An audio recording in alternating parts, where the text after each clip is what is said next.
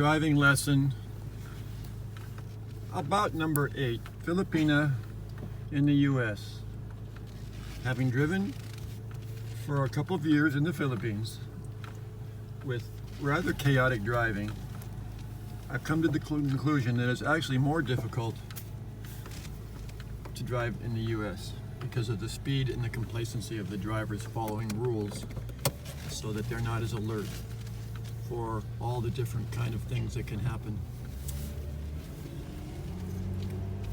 This is a nice street with homes, many built in the 1920s. And here we have a driver. First of all, we'll eventually try to get over the 2 hands on the steering wheel and the tight grip, which makes it actually more burdensome to steer and react quickly and make sharp turns. Where the one-handed is actually, unlike they teach you in baseball for Little League and catching a ball that's in the sky, coming down in the outfield where you're supposed to use 2 hands. Water? We're gonna cross 4 lanes of traffic now. I don't recommend this maneuver early. You have to look both ways and really be patient. Do not, because you've got cars coming down there, and you've got to wait for both sides to not be coming, and you've got to keep checking depending on the speed of the street. Now you have a car turning left there, and technically that car should go first. That car there going left. Now we have another car coming. Everything changes. Now this is COVID, so it's actually easier. And then you have to try to be able to once you've decided you need to go, that was a mistake. Also, you should have turned into the leftmost lane, at least now, and not into the right lane, because you're just unnecessarily crossing more lanes. And hopefully we will not run over another bicycle. We've already killed 3 that was a dream I had. And we're driving too slow, and we're too close to the parked cars. She tends to not want to drive her car, and she's slowing down for nothing now on a green light. And cars behind her are really going to start getting irritated. She needs to stay on the dashed line dividing lanes. She tends to stay away from that. Make a right turn into this parking lot here. And slow down. Now you're going too fast. Now you've just passed the entrance to the parking lot, and now you cannot go in there. Make your right turn. You've got pedestrians here, and hopefully you won't hit these people. Watch out, we have a driving lesson go on. Be very careful, sir. And we can park in here. Here or yes, here? Left. In that big giant parking lot that's empty. We have a lot of funny questions that get asked when we're driving. So we're back on the road after getting some coffee. Hopefully that'll help me relax as we go along here, and maybe knock over a few pedestrians and hit a couple trees. We'll make it. We're going to the Department of Motor Vehicles that we may be taking the test driving. But right now, because of COVID, they're not allowing. They're doing driving tests, but they're going through their long backlog of drivers. Now, I would think that more vaccines would be given to people like guys giving driving tests. That would be cool. So we got a green light. Everything's cool. It's a 1-lane road. You really can't go wrong. And she's actually driving a little bit over the speed limit. Congratulations. There's a tendency for drivers to drive under the speed limit when they are less experienced, and they tend to jerk when they start and stop a little bit more. I'm sure during a driving test that'll tell the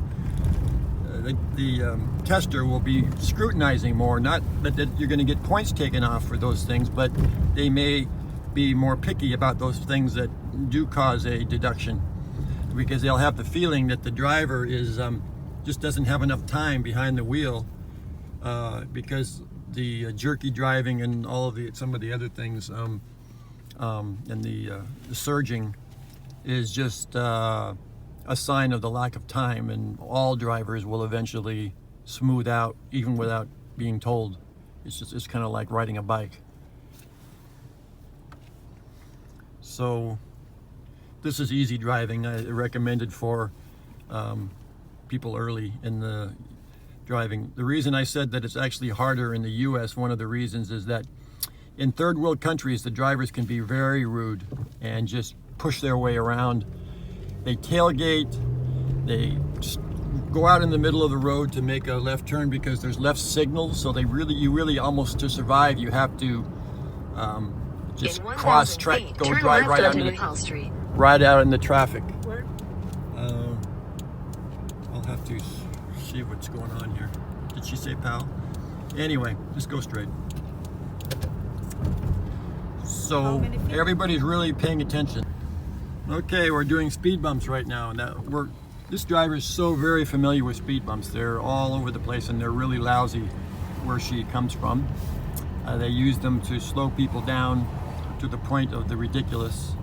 And they're very turn sharp. left onto Warburton Avenue, So that they then turn can right onto Flora Vista basically Avenue. over a few years your car actually front end, your suspension actually has to be replaced just due to the freaking speed bumps. Warburton, left turn, come to a full stop. One of the problems, we have arrived at our destination. I thought I was recording when I wasn't, and watch out for little kids now. There's little babies walking around, and they won't damage your car. We don't need to park, I don't think, do we? Oh, are we going to find out what's going to be the schedule? Oh, you can, yeah, okay. Children, when you run over those, they probably won't damage the undercarriage of your car as much as a person would or a deer, but I still don't recommend it. It would definitely be points off of your driving test. And then, of course, it would be lawsuits and possible other indicators. So, yes, a vehicle is a weapon. And some people drive as if they want to, but they're actually at work. So we're on the way home now. We haven't eaten our breakfast and it's already lunchtime. So we're just taking the easy route. It's straight, staying in the same lane the whole way, so there will be no more stress, no more arguments, no more accidents, no more What do you mean no more? We didn't have accident. no more bicycles that are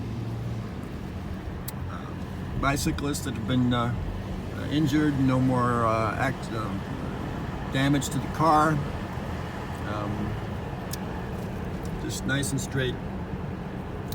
But we could be hit by lightning, it's possible. They don't really teach that in driving tests on how to avoid lightning. We're approaching Santa Clara University, very expensive, exclusive private university, and good for getting your law degree. Other than that, this is a road that's 3 lanes in each direction. At one time it was 2 for forever until now. And heavily. And then here we have the look all across the area here. Just condo craziness. I think this might be actually student housing here. Yeah, it looks like it. It's got brick, which means it's more like a prison. But of course, once you get a degree here, as long as you're not living in Silicon Valley, even having a law degree in Silicon Valley doesn't mean that you can afford anything better than a condo. You could never have a single family home that's of reputable neighborhood because with your taxes and your mortgage, you'd be needing to make at least $300,000 between you and your spouse, at least. Most of those homes are bought by people whose mommy and daddy have big money, and most of them are from 2 of the most populous countries in the world that didn't get visas here. They're first-generation people, and they've caused so much flight out of here as they've raised the prices by paying cash for the homes. And believe me, what I'm talking about, to the point of a complete takeover. So we're now in the middle lane here. She actually looks like she changed lanes without even my instruction. Congratulations. Making a left turn here. Now this is a little tricky because this car wants to turn left. That one wants to turn left. And we have the right of way over this car coming out. But you have to peek around the corner of this car. Since this guy's not going, just peek around to see if anybody's coming, and otherwise go. That guy doesn't want to wait anymore for you. It's a little difficult because you have to see around those cars in the left, and there was a pedestrian that you easily could have hit if you were in a hurry to make that left turn. Did you see her? Yeah, I saw. Okay. That's another thing that's kind of scary, depending how She didn't move until dumb the pedestrian is. When you're making a left turn, you're often looking at the oncoming traffic, and then all of a sudden some person wants to step out onto the sidewalk, the crosswalk where the street you're actually turning into. It's scary sometimes. I've seen people not even look at you, like they don't even know anything's going on around them other than their cell phone. So we've arrived home, but I'm going to turn this off so you don't know where I live. So Bye. did I